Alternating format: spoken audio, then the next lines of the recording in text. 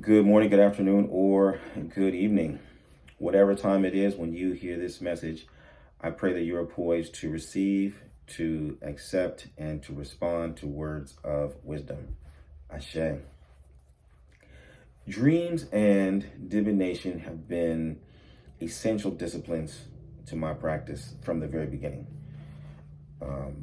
I was introduced to Ifa divination and the Ifa divination text, as well as dream analysis, around the same time when I was in graduate school for counseling and psychology.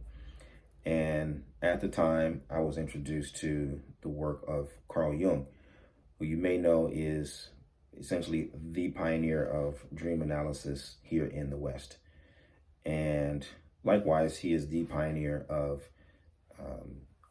the symbolism of mythology and translating the symbolism of mythology into different kinds of psychological and spiritual phenomena or processes, right?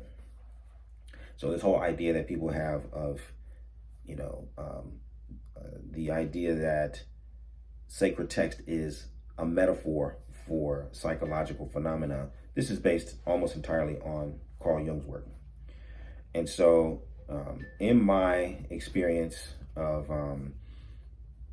being a human services professional, being a priest, I have intermingled, my understanding and my research of symbolism, of both that come from the sacred text as well as from dreams, very deliberately and purposefully. And one thing that I know from the people who are professional dream analysts, people who have put in their 10,000 hours, studying dreams and analyzing dreams and interpreting dreams for actual clients. All of these people will tell you, hands down, that there's nothing casual about dream analysis. It isn't something, in other words, that you can go to the barbershop or the hair salon or the laundromat and tell people you had this dream, and then people all take turns in interpreting your dream. That may be good to evoke certain thoughts and feelings and jar your memory and things like that, but there's absolutely no reason to put your trust and confidence in that kind of analysis, because it takes time and it takes a specific kind of methodology to really understand your dreams. Okay. Now, to appreciate this, just to make it simple, you have a certain category of dreams, right, that are just a random assembly of experiences that you have throughout your day, and those little remnants get strung together in some weird symbolism or some weird imagery that happens when you go to sleep. That's one category of dreams. I'm talking about the initiatory dreams. I'm talking about the transformative dreams. I'm talking about the dreams that you wake up in a cold sweat, or you're really alive with some kind of a charge after you have certain kinds of dreams. Those dreams come from specific places. Those dreams come from your mother of blessed memory. Those dreams come from your grandfather. Those dreams come from your grandmother. Those dreams come from the divinities themselves, right? And so when you really accept and respect the fact that, hey, my mother sent me this message, you know that it is in no way in your interest to be listening to Pookie and them in the laundromat.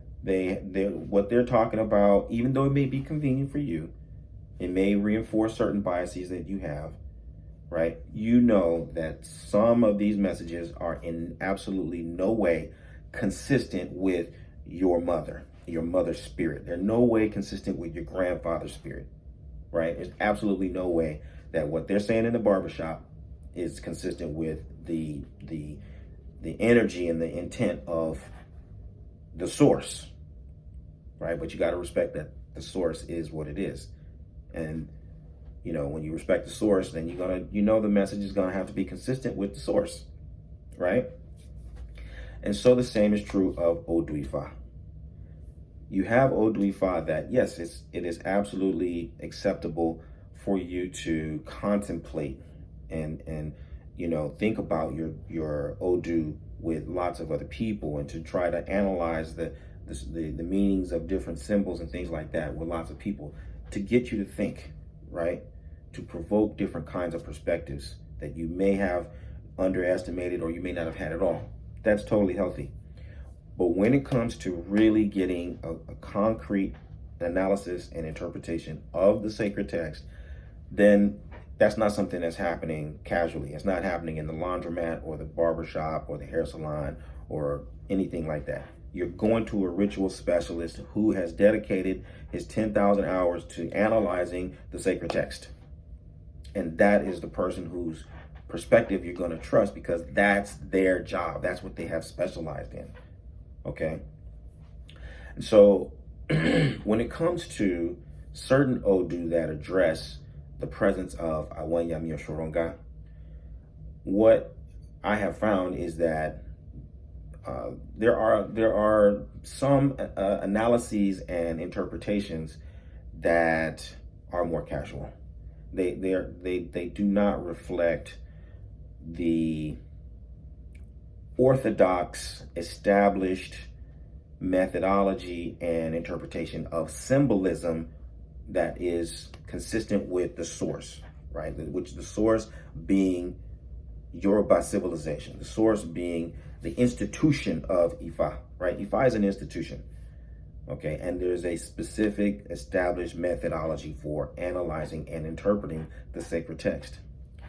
And so in my most recent project, Shadow Mothers, what I've done is I have gone through some of the most pivotal verses of Ifa to, reveal the most important symbolism associated with Awon Iyami Osoronga, analyzing the ways in which Awon Iyami Osoronga uses their symbols and how the Yoruba use different symbols of the Awon Iyami in crowns, in the sacred text, the way those symbolisms show up in people's dreams, and what it means, what it actually means, and how you can truly understand how Awon Iyami Osoronga works, and the energy, how it works, and how people manage that energy through the use of symbols in the iconography of the Yoruba people. And so I'm super excited about where the conversation is bound to go based on the work, Shadow Mothers. And I want to invite you to take a glimpse of it, get a sneak preview of the book. I'm going to provide a link in the description section here. And I hope that you will download the free ebook and also be eligible to pre-order the book at a discount when it launches, which is any day now.